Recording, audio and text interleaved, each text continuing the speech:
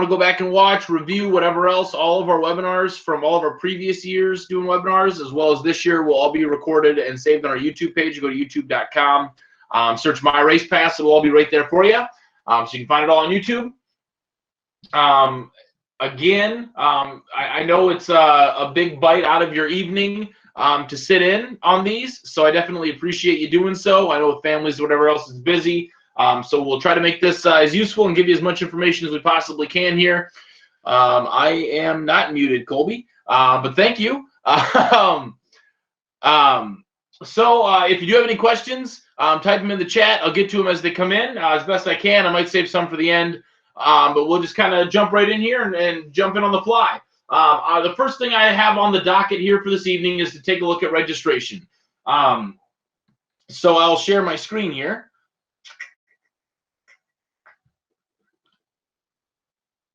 There we go. I'm still hanging out in your favorite series. I'm going to switch to my racetrack view as well later on. But at least for registration purposes, I'm going to stay with the series. You jump over to season management. You can see there's a sub-tab that says registrations, and I have the ability to add a registration. There are 3 different types of registration. Yearly registration, just what it sounds like. If you want your drivers to register annually for your series or your racetrack, that's where you do so. Event-specific registration, if you want them to register for one individual event, that's where you go. Or a general registration, we have this keyed for things that are non-racing events, is how the description looks. But for things like a pit party or a banquet or something like that, you can use it basically for anything else you like to keep track of who's attending. You can run these things in conjunction with one another. So if you have an annual registration, you can also have an event-specific registration. And make people register, basically for both, if that's what you'd like to do. But for this purpose, we're just going to do the annual registration. I'll hit next. The title is always going to default to basically your season title. Since mine's 2021, your favorite series, that's what it says. It's the registration. The entry fee, you have the ability to force drivers to pay to register, either for your season or for your event. Works the same way. You give us the email address associated with your PayPal account, and then when the registration comes in, we disperse all those funds directly to your PayPal account as soon as you confirm the driver. There's no waiting period or anything like that. We just send them right to you. We have late fees that can be built in as well. So you'll see that there's a late fee, an open date, and a close date. Pretty self-explanatory there. And so all that information there. So remember, as long as we have that email address associated with your PayPal account, we can push the registration through. So I'll add this registration, and you can kind of see how this works. A lot of this information basically is the ability to edit what we've already done, things like the title, the dates, the entry fees, whatever else. We're going to leave this at no entry fee. We'll have it open today, and we'll add classes.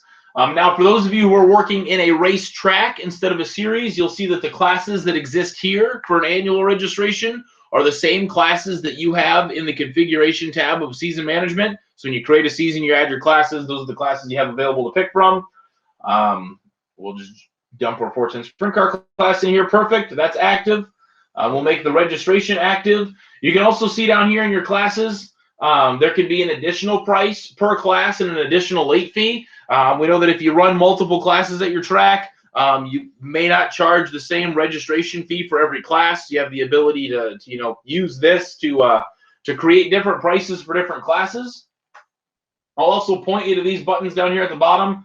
Online registration. This is basically a link that will take you directly to your profile on MyRacePass.com, where the registration exists. And you can share that link out here to social medias via the share button. It'll go to Facebook and Twitter as long as you're logged into them. So I'm going to save my changes, and I'll show you what this looks like from the driver perspective here quickly. I'm registering again. This is for your favorite season, the class that we selected. I'm a new competitor. We'll continue through here. I have the ability, and if you've been in these webinars previously, you'll be familiar with this process. We've covered registration a couple of times here, but I have the ability to, as a driver, this is what a driver would see, to use the same saved information that I have used previously. So if I don't import, the information shows up right here, but I'll show you how fast this process is when I have this information saved. I continue. I can verify that it's all correct, name, address, competitor, miscellaneous information. If there's an owner, I can add it here, my favorite numbers, emergency contact, and I can press continue. And then I just confirm that it's all correct again. I have the ability to look over the same information again a second time just to verify it, and I complete the registration. And that is literally how long it takes for a driver to register at your racetrack. Now, obviously, if you make them pay for the registration, there's going to be, they're going to input their card information or whatever. But it's super fast, super simple, super easy for drivers. So, I mean, if you have drivers complaining, hey, we haven't had to do this before, or it takes too long, or blah, blah, blah. I mean, look, it takes 30 seconds. Most of our drivers at the racetracks that I work for usually end up registering on the road on their way to the track on opening night. I mean, that's how fast and easy it is. I mean, it takes no time at all. So there's the information right there. Perfect. My registration is complete. If I come back to the registration tab here, you'll see that I have a pending registration from the series. So if I click on this, you can actually see the invoice. Of course, I didn't charge for anything, so it's going to be mostly nothing in here. But you can view the registration form, change the class, edit the competitor, or you can come in here and confirm this. Now, when you're confirming, there's a couple of steps that are going to end up being pretty important. So I'm going to show you these things. First off, when you see the competitor information over here, you still have to tie that competitor to a profile. So you would search for their name, the same way you would search for them when you're entering drivers at the back gate, to tie them to a competitor profile that exists.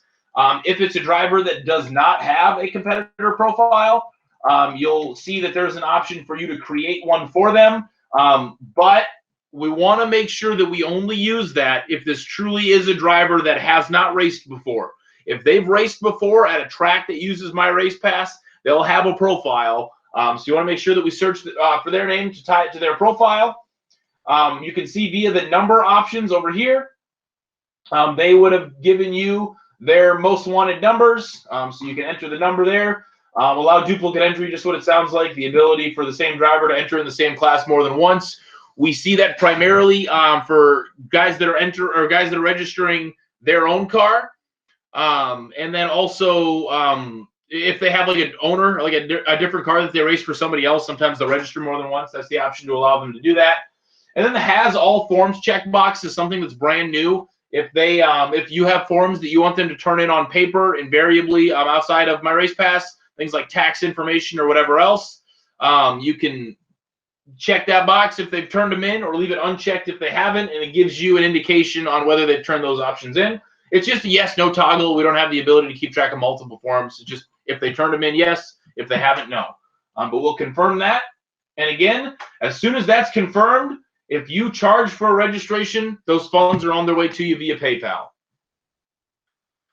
How do we search on race night in 2 seconds? Sam, I'm going to go through race management, start to finish, basically from entering drivers to creating lineups to inputting results. And I'll show you where you can search for them at the back gate, just like that. But that's the process of registration. So that's, again, it makes it so much easier for you guys to collect, pertinent driver information, their addresses, their phone numbers, things of that nature, emergency contact information. If they have an owner, they'll put it in there. It'll just make things faster and more efficient for you on race night, especially that opening night.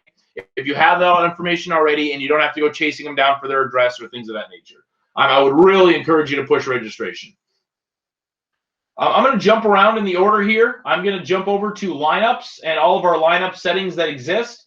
Now, I'm not going to go through each lineup individually one by one, but I'll still go through the settings page, kind of point out some lineups that we've got available, and give you some information that way. Yeah, and Gabe brings up a good point here. If a driver says, "Hey, I did register," usually they just forgot to confirm it at the end. There was that second step of checking the checkbox and then pressing confirm. The nice thing about it is that via caching, all that information will probably still be saved for them. So they'll just have to go in and confirm it. But again, it doesn't take long to register. But we'll jump through some things here. You'll see that some of these lineups have a checkbox next to the lineup name, and some of them do not.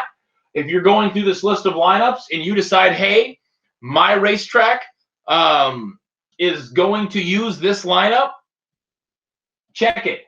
Because when you're going through lineups on race night, in that lineup screen in race management, there's going to be 2 windows for you to choose from. There's going to be my lineups and all lineups. My lineups is going to be a direct correlation of all of the things that are checked right here, whereas all lineups is going to be this complete list. And I mean, there's nearly 100 lineup options when you go through them, so I would hate to have to scroll through that every time. So come in here, check it out. Make sure that you know what your format is before race night, that you've got the lineups corresponding to that format selected. Make it easier for yourself on race night. And of course, when you're leading up to race day and you're running a special format or something like that, and you don't know what you don't know what lineup option you're going to pick, just get a hold of me. Say, hey, Austin, this is the format I want to run. What lineup option would you have me choose here? And we can kind of go through those, and I can make sure that you're well prepared for race night. But those are the lineup settings again. So that's we'll go through some of them. If you're going to use a passing points lineup, there's a couple of different options for passing points. You can either have the tiebreaker be the low pill or the low heat race. If you do qualifying, it's usually the low heat race. There's a couple of other lineup schemes that exist for passing points, things like ASCS or USMTS, or there's a WSOTA one in there, or a couple of those actually. So we'll show you where those schemes exist, and you can choose from them there. There's regular pill draw stuff. There's point average stuff as well. There's a couple of other things as well. Things that we made custom for Lucas Oil Model Dirt Series, other things like that.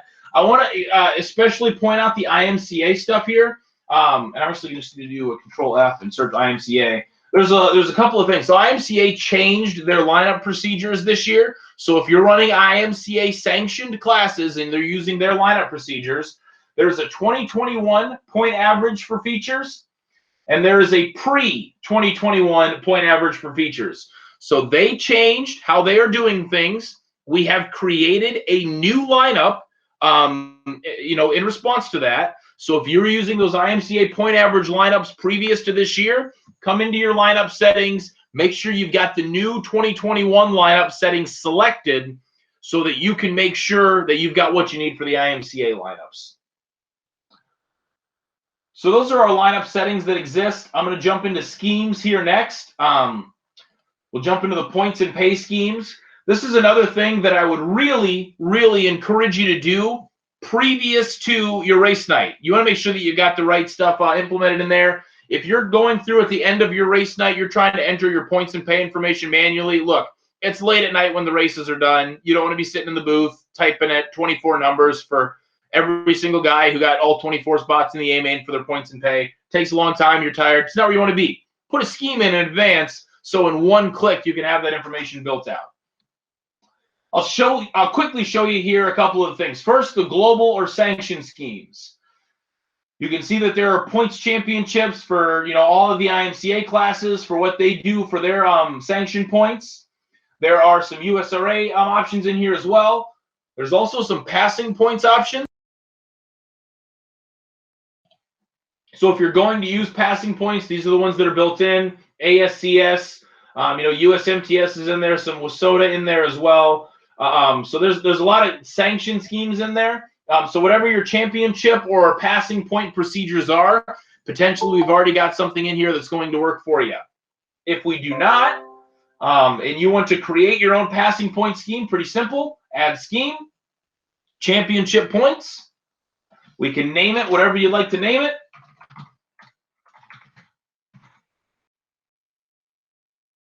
And it's pretty simple in how it works. You'll see on the top, there's a couple of options right out of the gate. If you're going to have start points or not start points or did not start points, you can have those right here. So anybody who takes the green flag will earn this minimum. Anybody who DNSs will earn this minimum. If you leave it at 0, obviously it'll stay at 0. Minimum starting races, if they get to have them show up for a certain number of your events before they can be eligible to earn points, this is where you put in there. And then we'll add some breakdowns here. So we'll just add an A feature breakdown. You can add a breakdown for every single race type that exists. do the point schemes get added when the event is created or sanctioned? Point schemes will get added to the event via the points and pay and race management, so I'll show you that. But we'll just enter an 8-feature scheme right here. If you want to award passing points for the number of positions gained or lost to affect your year-end points tally, you can. We'll leave those at 0, and I'll add this. Okay, so we're going to have 24 positions. Our points will start at 500. We'll decrease by 5 every position, and there we go. Now you have a point scheme for every single one of your 24 theoretical positions through an A main. Now you can do that for an A main, for a B main, for heat races, all of those things. And you can, and basically in one click then at the end of your race night, your scheme will be applied. You can edit the passing points if you didn't do that. Result modifiers, DNF, DQ, black flag, DNS, what you want to do for, for each one of those, for whatever could happen to a competitor. You can give a minimum for a minimum number of competitors. So if you only have a certain number of cars and it's not enough, you can have a points deduction based on that. All of those things can come into play and exist. But that's basically how you would add a scheme. Adding a pay scheme is basically just the same exact process. It's just dealing in dollars instead of numbers is really the only difference there. Yeah, I want to save that. Perfect. We'll jump backwards here. Again, we can show you the process of adding a payout scheme if you'd like. Same exact process, same exact information, same exact numbers. We'll do it for payouts.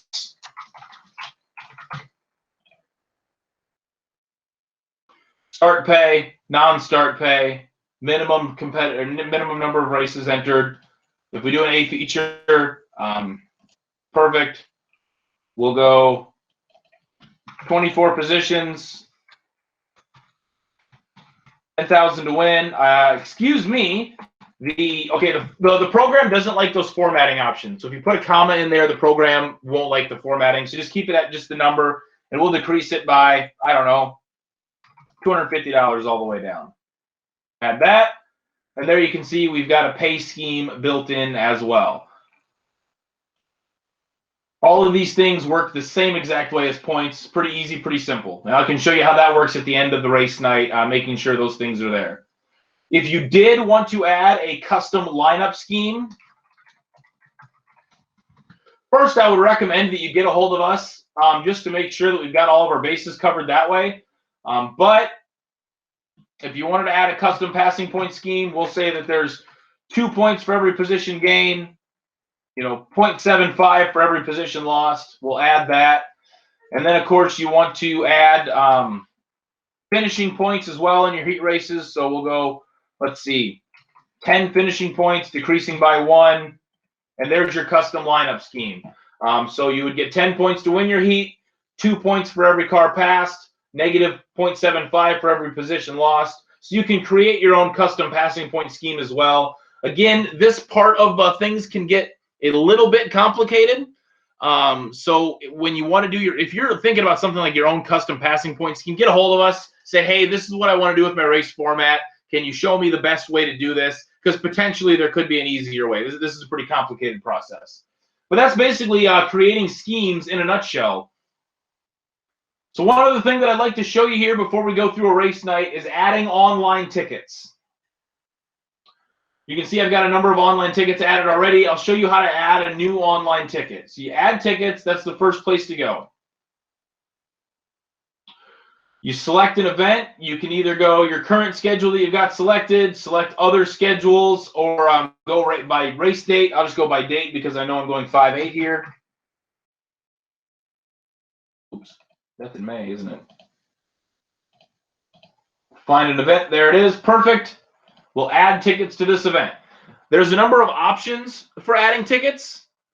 And yes, Sam, WISSOTA and IMCA are going to receive those results. So when you do the passing point scheme, if you're using a sanctioned class, it's incredibly important to use those sanctioned class schemes in correlation with what IMCA or WISSOTA want you to do as well.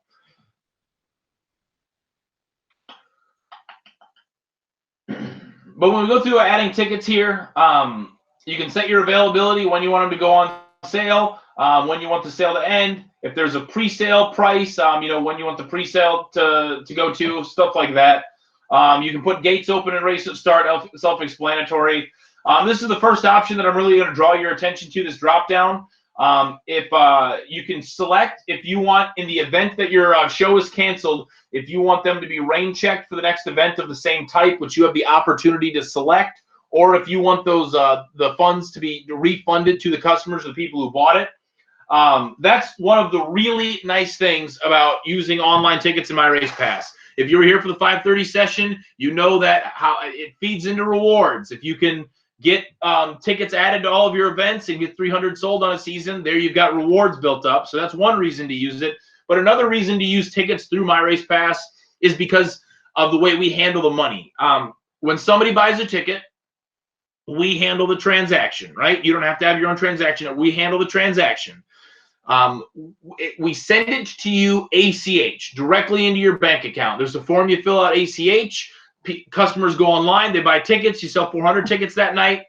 When the event is over, you'll log in, you'll click a blue button, and I'll show you where the button's at, and you'll tell us either A, the race happened, or B, the race was canceled. If the race happened, we'll ACH you that money. You'll receive it the next couple of days directly to your bank account. No fees taken out, nothing to worry about there. We don't charge you anything. It's a function of the application.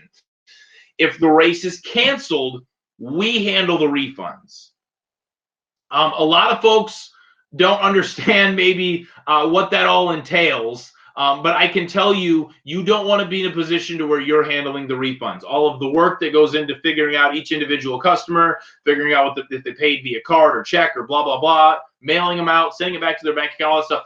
None of that will ever make any difference to you whatsoever. We will handle the refunds for online tickets. And it makes it a lot faster and easier and smoother process for you. It's also the reason why you don't see the money exactly when the ticket is purchased, but you'll see the money after the race happens, so that we can be in a position where we can handle those refunds.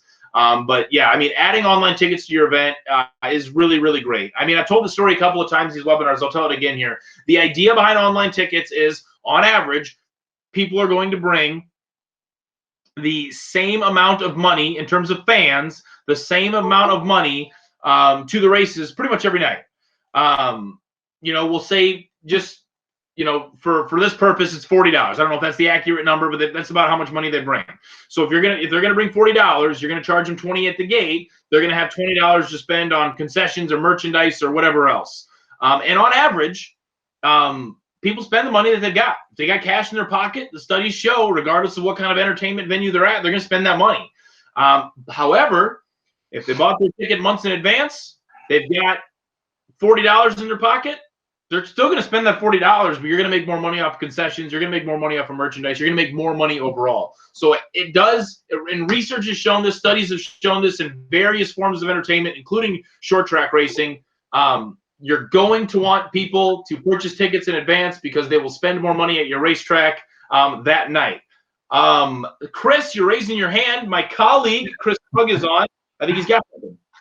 Yeah, to add to that too, Austin, you hit on the good points there for tickets, but also too, guys, if you look at minor league baseball games and you look at movie theaters and you look at football games, everyone has tickets added to them, and they're not so much for your hardcore fans, because your hardcore fans are going to show up regardless, rain or shine. They're going to be there. Online tickets is designed to bring in that general entertainment-seeking fan, like a family guy that is looking for something to do on a Friday night, and if they have a choice online to pick out like either a movie theater or baseball game or a concert to go to because they have online tickets available and your track doesn't, they're going to buy tickets right then and there because it no longer becomes part of their budget anymore on race night. That's the cool thing, and it generates excitement too. So there's so many reasons why. I mean, online tickets are so important, and our program is great for that. It's fantastic for it. It's going to generate excitement for you guys if you guys push them as well too. Sure. Yeah, absolutely. Thank you, Chris. So we'll finish up here. I still want to go through a race night here, so I'm going to finish this up fairly quickly. So we'll put in our ticket types that we're going to have. We've got a ton of ticket types, so there's something for you if you're doing online tickets. And if there's not, in that instance, you can just change the name associated with the ticket that the fans are going to purchase. The number of availability, if you leave that blank or you type -1, that will be an infinite number. If you type in any other amount, that's how many tickets the program will sell, basically. So we'll add the tickets here. We'll select that ticket. And I'll show you a couple of things here quickly in here. So you can see, because I left it blank, here's a -1, infinite number available. Ticket poster, if you have some kind of event flyer associated with your online tickets or associated with your event, you can put it here. That's what fans will see when they're buying. We have the ability to put coupons on the back. We call it a coupon. Really, it's just an image. So you can use it for whatever you want. You can, as long as you got an image of whatever it is you want to put on the back of the ticket, you can put 3 things on the back of the ticket. So if that is a coupon, your headline sponsor for the night's Bob's Garage. Bob's Garage is doing 50% off oil changes for everybody that bought a ticket. You can put it on the back of your ticket. You can put, 25% off merchandise or concession stand, or even just a thank you note. Thanks for coming to tonight's races, brought to you by whoever, whatever you want to put on the back of the ticket, that goes right there. There's also a ticket window function. This can be used in conjunction with the new feature that we have for online tickets. If you have an iOS device, an Apple device, there is a ticket scanner built into the app on your mobile device now. So fans can come through, bring their tickets, whether they printed them or they've got them in their own app. You can use that device, scan the ticket, and then if the ticket is already scanned, it shows up here in redeemed tickets. And if the ticket is still pending, it shows up over here in pending tickets. So you know who's checked in and who's not. The scanner will not scan the same ticket twice. It won't scan a ticket that's for the wrong date. It'll show up red instead of green, things of that nature. So we built that scanner into the app. You can also still use the ticket scanner that you connect to your machine via USB or whatever else, or as long as you got internet, that works. But yeah, the ticket scanner in the app has really worked pretty seamlessly, pretty fluid so far. We've the opportunity to test it a couple of times. Fairly new feature, but pretty awesome. Something we're definitely pretty excited about. The other nice thing about the ticket scanner in app is, for somebody that you want to have access to that, you don't have to give them full admin privileges. So if you just have a ticket taker at the front gate, you don't want them to be an admin to your MyRacePass account, you just send us their email address. We'll turn on the ticket scanner in the app for them, as long as they have an Apple device. And they can scan tickets, but they won't have full access. So it's definitely something to keep in mind there. You can also share these tickets directly to social media right here, Facebook and Twitter, the same way you do other things. You can get a report showing you how many have been sold. Again, coupons, thank you note, ticket information. Going through this fairly quickly because I want to still get through everything else. So I apologize for that. But this is the blue button that I was talking about earlier. The race night's done. You raced on Saturday. You come back on Monday. You log in. You click this button. It sends you a verification text to the phone number of the main admin associated with your account. Admin texts us back. Yep, this event happened. Send us the money. Boom, the money goes through. Or they text us back and they say, yep, this race got canceled, rained out, refund everybody. Boom, we send out the refunds. That's the button that you're going to want to click when your races are over to tell us what to do with the money, basically. There's also one more option in here that I want to show you. It's this ticket analytics screen. Oops, doing the wrong thing here. Ticket analytics will show you a ton of information here. Now, I'm not going to show you a lot of information that's in here just because, with our demo environment, we don't have a lot of information in here, but it'll still give you an idea of what you're going to see. You're going to see your heat map. So you're going to be able to see, map of the United States, where everybody's coming from that buys a ticket. The number of tickets sold, the number of unique customers. So if the same person's buying 4 tickets, unique customers will show you exactly how many people actually bought tickets, where they're coming from in terms of zip code, all those things. The list of top cities by zip code is valuable because you'll start to see this is going to be a full list of a whole bunch of towns, whatever else. So that'll be so basically what that tells me, what that would give me, is a way to see where I should do my radio advertising. If you've got a whole bunch of people buying tickets in there from a whole bunch of different places, you can see where they're coming from primarily. Sam, in terms of ticket refunds, that's ACH. That's not through PayPal, so that'd be handled here via ACH. Distance traveled, purchase dates, how far in advance of the show they're buying your tickets. Purchase prices, so basically what type of tickets you have available and how many of those are selling. Again, what type of tickets selling, gives you more demographic information, age and gender. And then tickets sold by event. And another nice thing through this is that you can actually look at the ticket analytics page for each individual event. So you can compare demographic data for a modified show versus a late model show versus a sprint car show versus a snowmobile race or a monster truck rally or whatever kind of event that you have at your track that you sell tickets for. You can have individual demographic information. And actually right at the bottom of the screen, there's even another button that says print report. And this will give you like the personal email address of each ticket buyer. So if you have some kind of email marketing platform, you can actually use this information, import it into there, and market directly to consumer. So if you have a monster truck rally once a year, and you know that the people buying those tickets are just way different than your normal short track racing crowd, you can market directly to them via this next time you have a monster truck rally. So this analytics page combined with the app scanner is just, I mean, online tickets. There are so many tools in here at your disposal available for you to use at no extra cost. You don't have, this is not a purchasable add-on. This comes out of the box with the program. I would strongly encourage you to add tickets to every single one of your event, put your tickets on social media, and just see how it affects your bottom line. Because in the end, if it doesn't work and it doesn't help, you didn't spend any more money trying, if that makes sense. Now, I would like to jump through basically an entire race night. So I'll come over here. I'll go to I believe 5:15 was the night that I was doing. Perfect. And we'll go through a race night start to finish.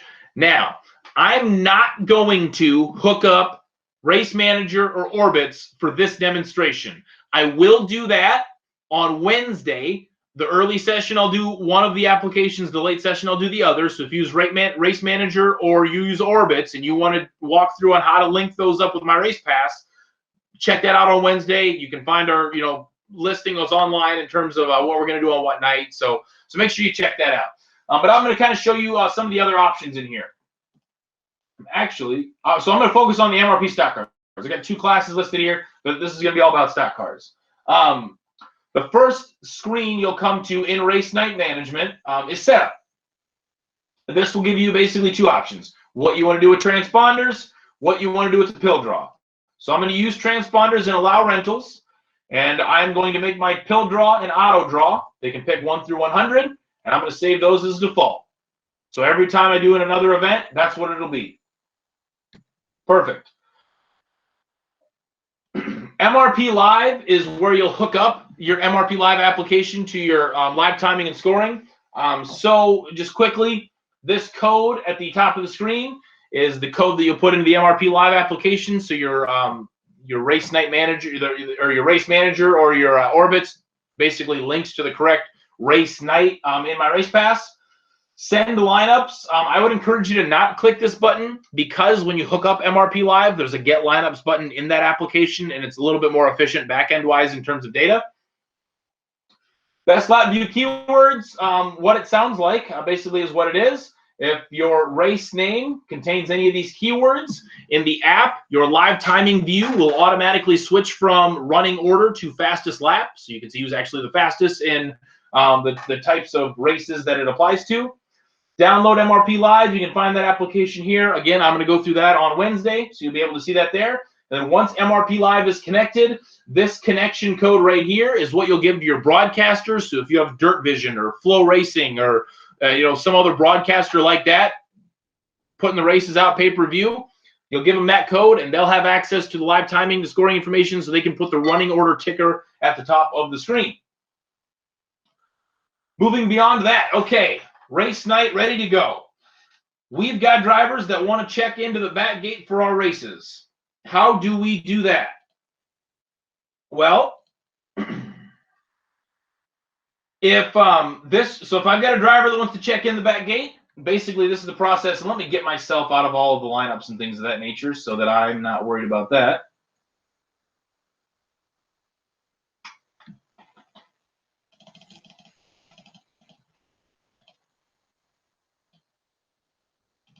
And I think that's everything. Perfect. So I'm going to use myself as an example here. Now I can get deleted out of the, oh no, I can't quite yet. What am I doing wrong?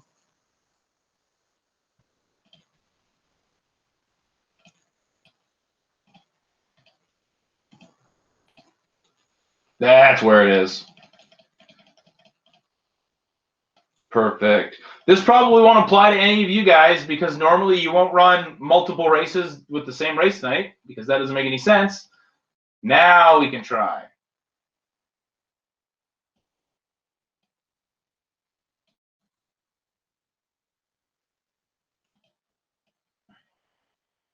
Okay.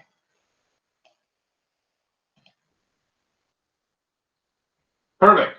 Okay, so there's a couple of different ways to check drivers in. The first thing you'll see is a list of drivers on the left-hand side. Basically, that's a list of all of the drivers in that class that have raced at your track before. So if they've raced at your track, they'll show up over here. Makes it a little easier to find guys that are coming back. You can also filter that list by typing a number in over here. Makes it a little easier to find them. If this is an event that you forced pre-entry for, if you change this filter to say pre-entries, everybody who turned in our pre-entered registration, the names will show up here. Obviously, I don't have a registration for this one, so it's empty. The last time a series was at your racetrack, the drivers who showed up when that series raced with you will show up over here. And then if you were a series last time you were at that track, the drivers who raced with you will show up here as well. So you can filter this by a couple of different things. Most commonly, we just see people leave it at my competitors, and it works out pretty good that way. You can also search for the name. So this is where the search came into play that I was talking to you about before. Search for a name, shows up at the top of the list. You can add your name right there, or you can add the driver's name right there. If you search for their name, they aren't showing up, and you search for variations of their name. So if you've got Jeff Harris there, you can't find Jeff Harris, search Jeffrey. Stuff like that. Search Geoff instead of just Jeff. I mean, make sure you're doing what you can to try to make sure that you get the same driver profile, the correct driver profile. But if it is truly a driver who has never raced before, you can always create a new profile for them right here. Again, that's only if the driver's never raced before. There's also the scan barcode option. I'll only show you this. You can use this, and I've got a barcode scanner here that I forgot to plug in advance, but you can use a barcode scanner to scan MRP cards. Some sanctioning bodies send this out as the license for the drivers. So there's going to be a lot of times where somebody shows up, hands you the card, and expects you to scan it for them. Let me mute myself so you don't get the super loud noise when I plug this in.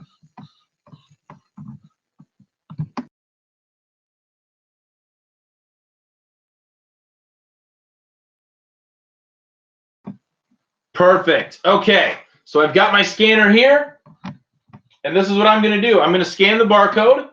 I click in the box. I take the MRP card. I scan it. And of course, because I just used an empty card that doesn't apply to anybody, it didn't bring anybody up, but I've got my handy-dandy wallet right here, so I can use my own. So let me try that a second time. Scan the barcode, click in the barcode, take their MRP card, go ahead and scan it. All their information shows up by default. That's how fast and easy that is. That's something that is super efficient at the back gate. So if it just makes it a lot faster. We've got a link on our help center to find one of these same exact scanners. So if you want to use the scanner, you can do that. Or also, we've got the MRP cards here.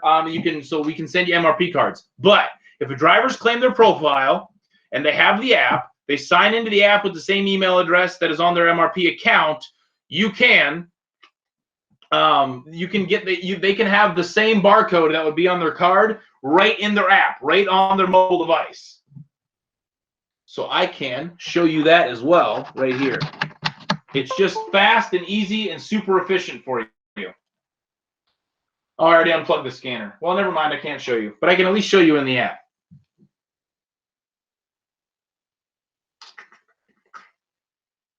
Open up the MyRacePass app.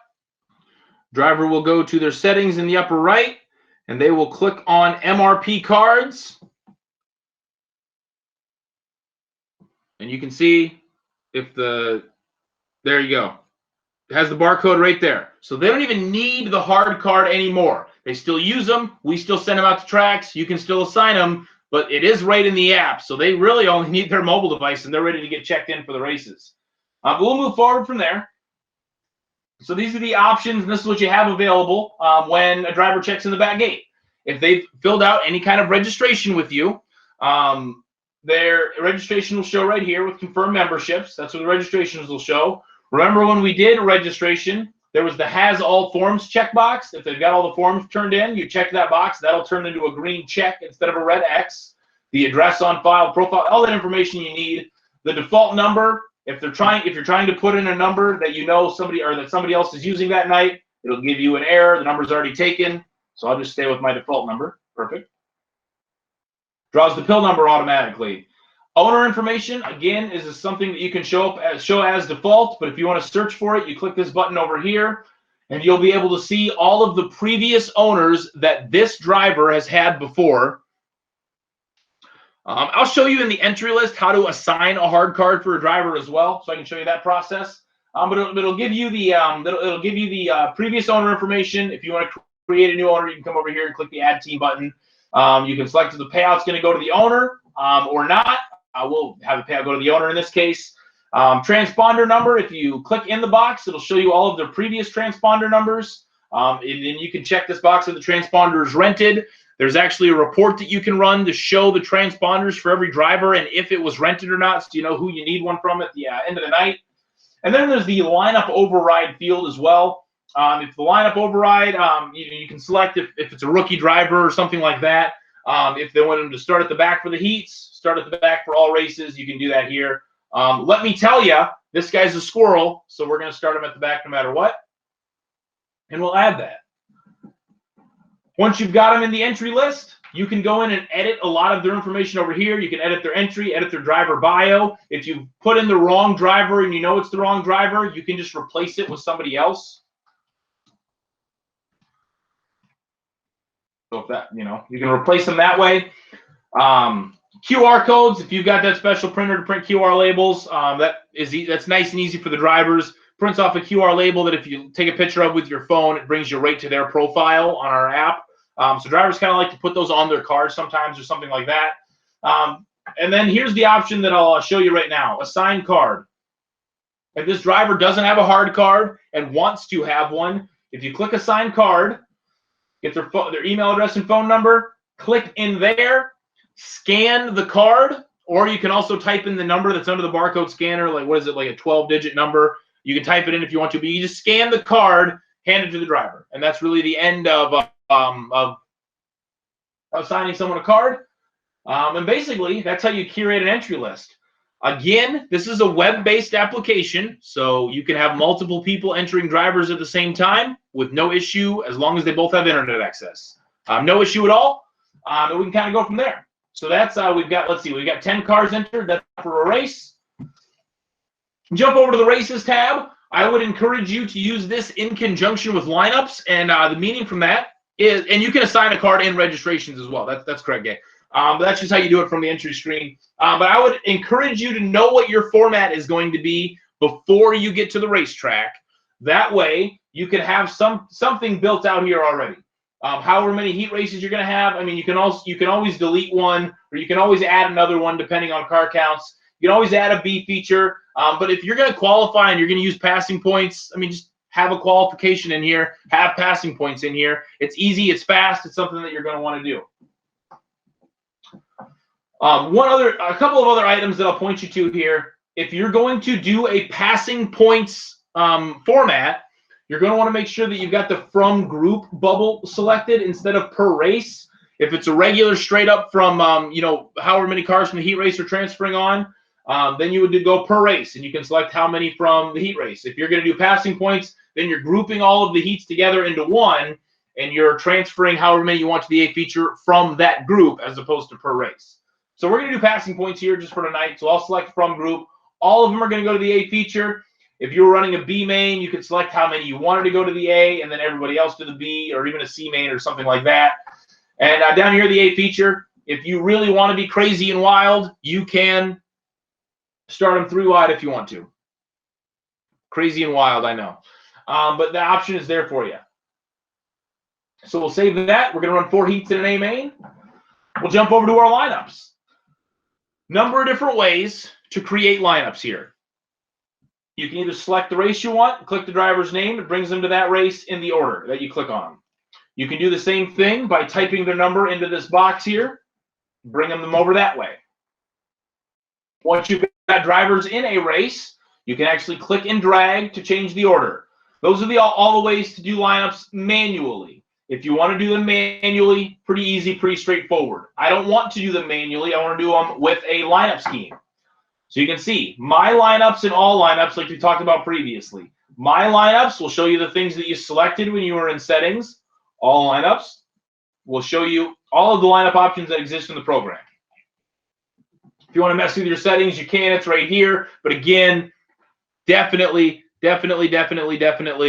have this stuff set before race night because you got so much stuff to worry about on race night. You don't want to figure out what your format's going to be at the same time. We'll just go straight up by pill draw. Heat race pill draw. Perfect. Calculate. Got 4 heat races. Got 3 cars in a heat race. Except for the last one. I don't know. Small car number. Whatever. That's fine. You can see that there's an arrow next to my name, and I'm starting at the back. That's because regardless of what pill draw I have, I selected the lineup override for myself, so I'm always going to be in the back. Save this as lineups. When that's saved as lineups, that's what triggers this information to get pushed to the app. So now if a fan goes to the app or a driver goes to the app or whatever, you can have it right there. What if you have a promoter that changes the format on me 30 seconds before I am needing to create lineups? That's a good question. Let's do that because I just frankly have too many heat races. So boom, I'll delete heat race. I have drivers in that heat race. Okay. If you're going to delete a race, you can't have drivers in the race. But if I go to races and I delete a heat race, okay, now my format's changed. I have one less heat race, my format's changed. I just go to lineups and create lineups again. Heat from pill draw, calculate. Now we've got lineups again. I'm still in the back, things of that nature. So you can easily go in and edit this and change this and do those kinds of things. Although I will tell you that MyRacePass is not going to be in charge of explaining to your drivers why you changed the format right before the races. I'm just going to say that. Going to results here, there's a number of ways for results to get in here. When we get synced up on Wednesday night to be with Orbitz or Race Manager, you can use the MRP Live button. I'll show you how to do that. Race Manager also spits out an Excel file. You can upload that here. But for this purpose, we're just going to manually click on the names over here. Again, you can also use this text box right here to type in the number. This is where you put in your DNF, BNS, DQ, black flag, or no passing points information. So that's all right there. Actually, this is a good example. So I elected to start at the tail.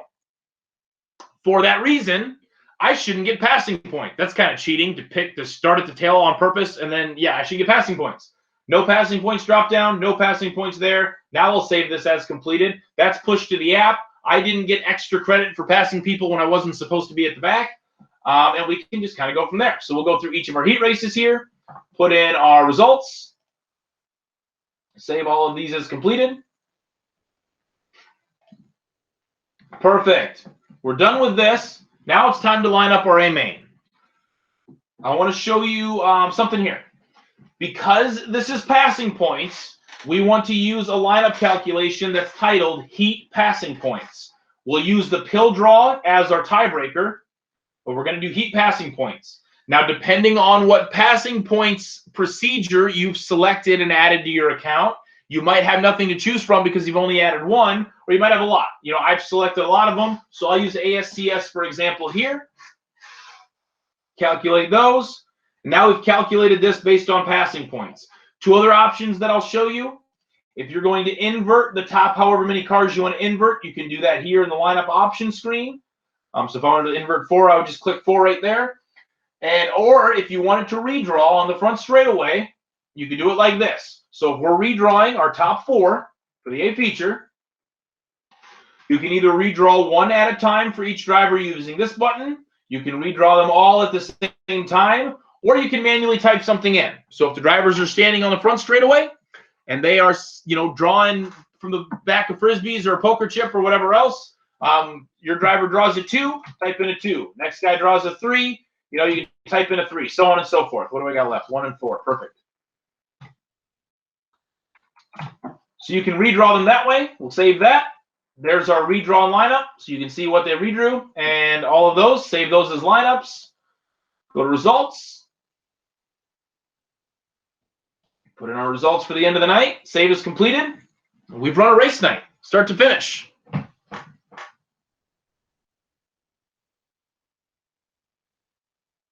Yeah, that's a good point in there. Thanks for that in the chat. Definitely something to keep in mind.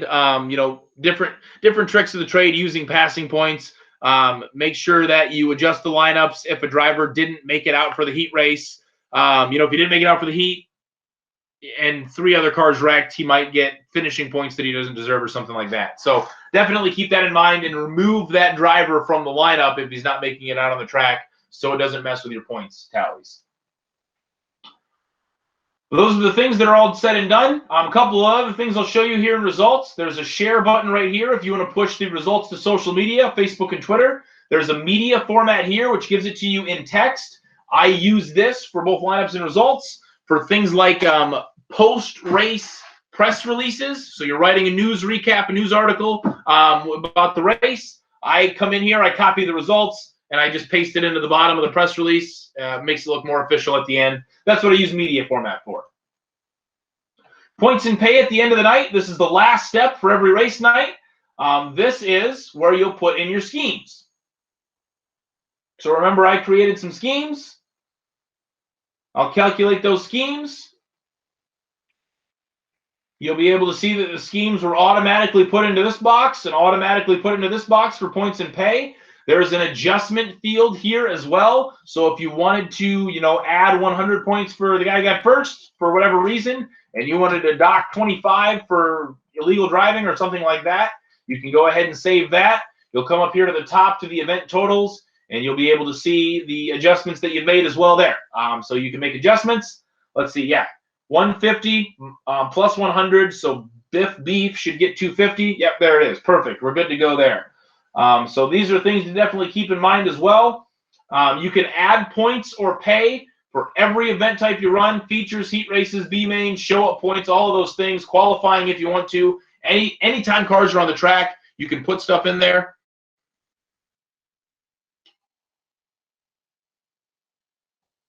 Let's see here. There's a couple of questions in here. I want to make sure I have time to get to them. If I scan a card and I run across a duplicate number and enter a new number that night, I have to fix the car number in MRP, or the driver will have the wrong number all night. If there's a duplicate number and you're putting in normally it's just an X at the end. If there's 225s, make one of them an X. Have the driver put duct tape X on his wing. Really not a huge deal. Rob, that's a good point. In some passing point schemes, DNS will be a 0. So you want maybe, you know, DNS will work for you as well. It just kind of depends on what you want to do and what you want to happen to them. But DNS will probably work as well. And like Devin said, oftentimes if you don't remove them, it'll count towards pay and points when it shouldn't. You know, if you have it set in your custom lineup scheme for a DNS to be equal to 0 points, then it'll work for you. This is also another reason why, if you're running some kind of complicated format, reach out to us in advance and just say, hey, this is my format. What do you think I should do? And that way we can run through some of these details with you to make sure we've got it right. Last step at the end of race nights, the create payments button. Create payments will allow you to A, verify all of the amounts that are correct, and also will allow you to print a report. So when drivers come to sign their name at the back gate, they'll be able to sign their name. You'll be able to know what they're owed and make sure that's correct. You can also see if there's a car owner, the name of the driver will appear here next to them. So easy for you there. On this screen, you can also export this information into QuickBooks. So the QuickBooks has a special file format. So if you use QuickBooks for your financials, you can export it there. That'll create that file format with all this information. And you can also create and print checks if you'd like to as well. If you have the correct check paper or whatever else, you can put in your starting check number. And you can actually print checks from inside MyRacePass if you'd like to. A lot of things that you can do there. So that takes us right up to it here. Yes, you can print mailing labels as well. So if you need to send mailing labels out to anybody, you can print the mailing labels right from here. That especially comes in handy come 1099 time at the end of the year. As long as you've gathered the address information through registration or whatever else, you have all the mailing labels at your disposal that you can print in one fell swoop. That makes it nice.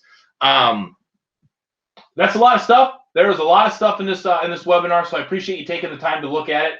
One thing that I'll also recommend is the Sandbox here. Every profile has a Sandbox. If you want to test lineups, test things, test formats, see what different buttons do and how that affects the rest of the board, just come in here to the Sandbox. It's a complete exact copy of all the live environment data, but it's in a siloed environment that's not made public. So it's your testing ground. It's your playground. So I've got a couple of minutes here. I want to make sure that I get it all in. If anybody has any questions, we are kind of right up at the end of it. So if I can't get to them, send me an email, austin.lloyd@myracepass.com, or you can send it to our support inbox, support@myracepass.com. And I'd be happy to answer your questions. Does anybody, can we test tickets in Sandbox? Yes, you can test tickets in the Sandbox. The only thing you can't test in Sandbox is MRP Live. You can't connect a Sandbox event to your live timing and scoring program. Otherwise, Sandbox is free reign. But if anybody has any questions, you can either put them in the chat or you can shout them out right now, and I'll try to get to as many as I can here before we wrap up.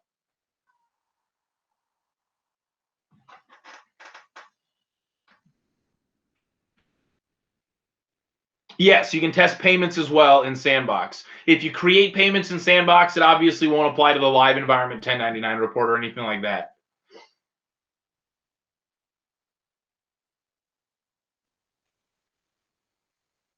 How do you change class names? You'll find that in our settings screen. So we come to season management and settings.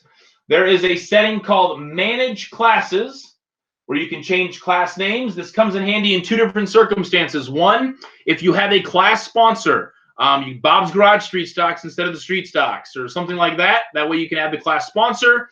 And then also if we don't have the class in existence that you need, if we only have stock cars and you need like pony stocks or something like that, you can take the closest available class that we have and rename it to fit your needs. So it's in Manage Classes there. And speaking of renaming things, when you come into this races screen right here, let's go to the race that actually happened. Maybe. Oh, I didn't do sport compact races. That's why. Okay, you come into this races screen. If you have heat race sponsors, or if you have an A feature sponsor or hot lap sponsors or whatever else, you can change the name of your heat race as well. Reflect sponsor information. So if you're selling something to advertisers, we want to make sure it's worth it. Shows up in the app that way as well. So thank you for that question.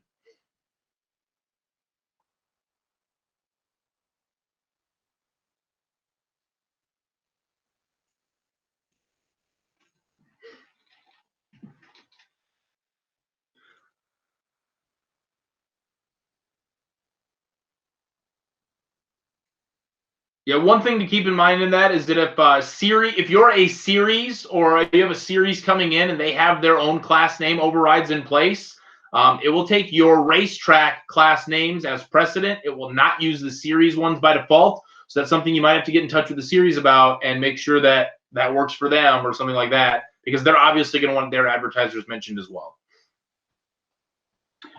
Yeah, with that, Austin, too, just make sure for any racetrack that has a series coming to town, say, for instance, maybe the Lucas Oil ASCS sprint cars are coming to your track, make sure you add the 360 class for sprint cars to your own account.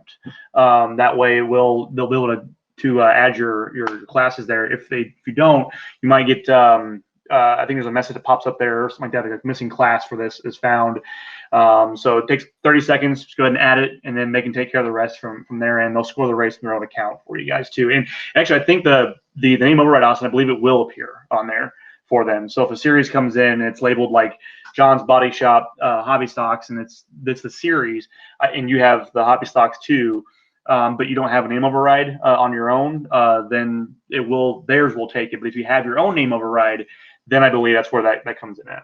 Yep, absolutely. Absolutely. Okay, so that'll wrap it for today. We're right at the 8:30 mark, so we were right at an hour here. I first and foremost, I want to say thank you guys for coming and being a part of these and, you know, sitting through these with me. I've got little kids. I got families. I'm sure some of you do as well. So you're making a sacrifice to do this, and I appreciate the heck out of that. So thank you very much. This will be done for tonight. Again, this is recorded. This will be put on our YouTube page. You go to youtube.com, search MyRacePass, you'll be able to find it. Our next sessions will be our final sessions. That's this coming Wednesday, the 17th.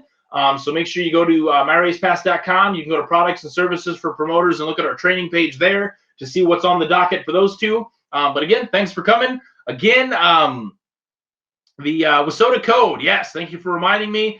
Let's see. Golly.